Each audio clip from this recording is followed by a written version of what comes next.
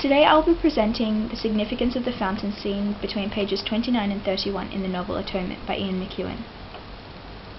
Body language is one of the main ways in which the characters of Cecilia and Robbie interact with each other throughout the novel. Both characters misinterpret their own feelings and feelings for the other. Because they have grown up together, they find the new feelings that develop strange, and thus causes them to act defensively towards each other. Cecilia and Robbie froze in the attitude of their struggle. Their eyes met, and what she saw in the bilious melange of green and orange was not shock or guilt, but a form of challenge, or even triumph. This quotation on page 29 is significant because it outlines the confusion and misinterpretation of these two characters. The fact that what she saw was a challenge shows how easily Cecilia is able to misinterpret and place the blame onto Robbie through her own rage and frustrations. The body language used is completely mistaken by Cecilia, causing her to feel attacked and inferior by Robbie. Her whole life, Cecilia has been the dominant and controlling person, so now that Robbie is trying to help her, she perhaps feels that Robbie is taking this away from her, which causes more resentment to be felt towards Robbie.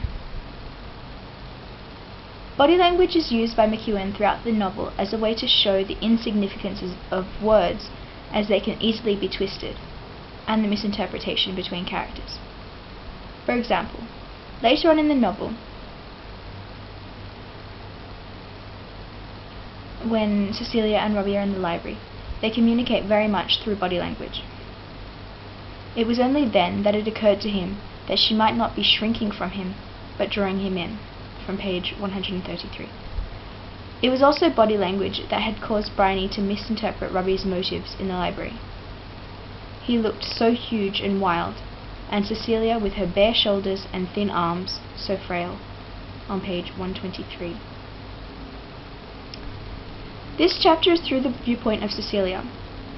She has a very melodramatic personality, and she draws out problems and issues that are not relevant to the situation, only making things at present worse. With a sound like a dry twig snapping, a section of the lip of the vase came away in his hand and split into two triangular pieces, which dropped into the water and tumbled to the bottom in a synchronized seesawing motion, and lay there, several inches apart, writhing in the broken light. That's on page 29. This personality trait is later disastrous when Robbie has been accused of rape. Whilst waiting for his return, Cecilia behaved very dynamically and was the only character besides Bryony to have a strong, powerful response to the news. This was achieved by her restlessness and repetitive actions, always smoking, getting up and then sitting back down, and so on.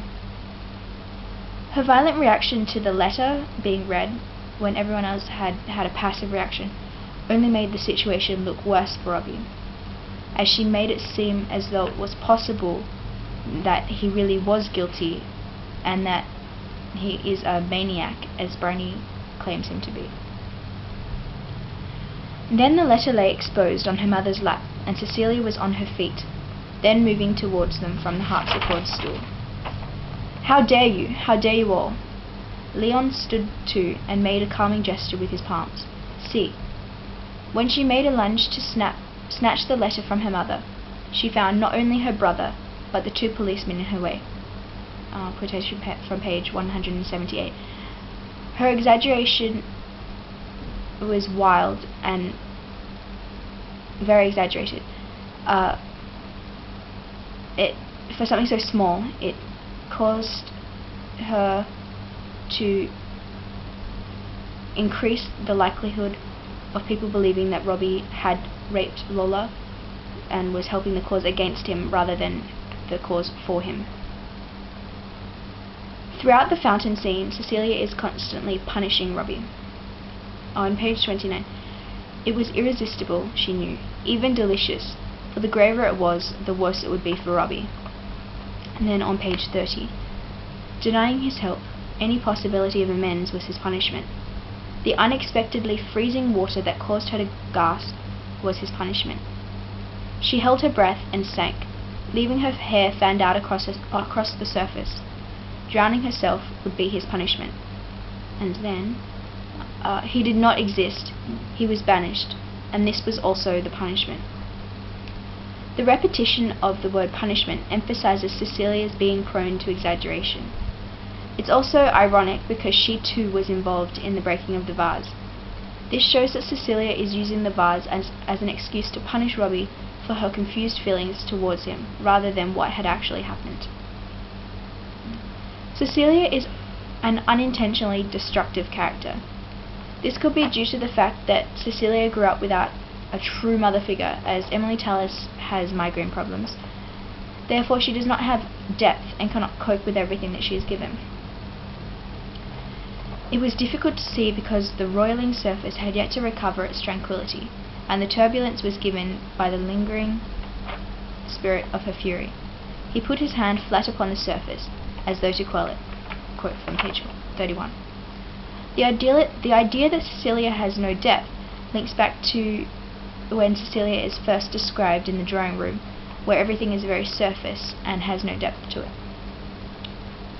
She went indoors, quickly crossed the black and white tiled hall. How familiar her echoing steps, how annoying, and paused to catch her breath in the doorway of the drawing room.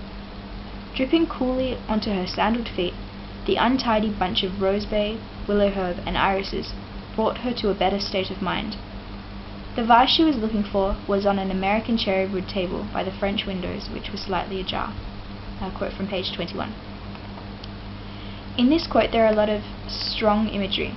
However, none of what is being described has any personal meaning to the characters or the reader, which links to how Cecilia's character is very surface, and how the reader doesn't really get to see any depth into what she's thinking or what she is like as a character.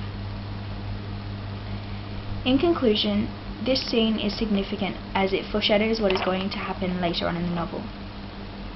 Throughout this extract, Robbie is portrayed as the victim, and this foreshadows his role later, being accused of raping Lola, and then later again being sent to the front line in France, where he is constantly victimized by those around him.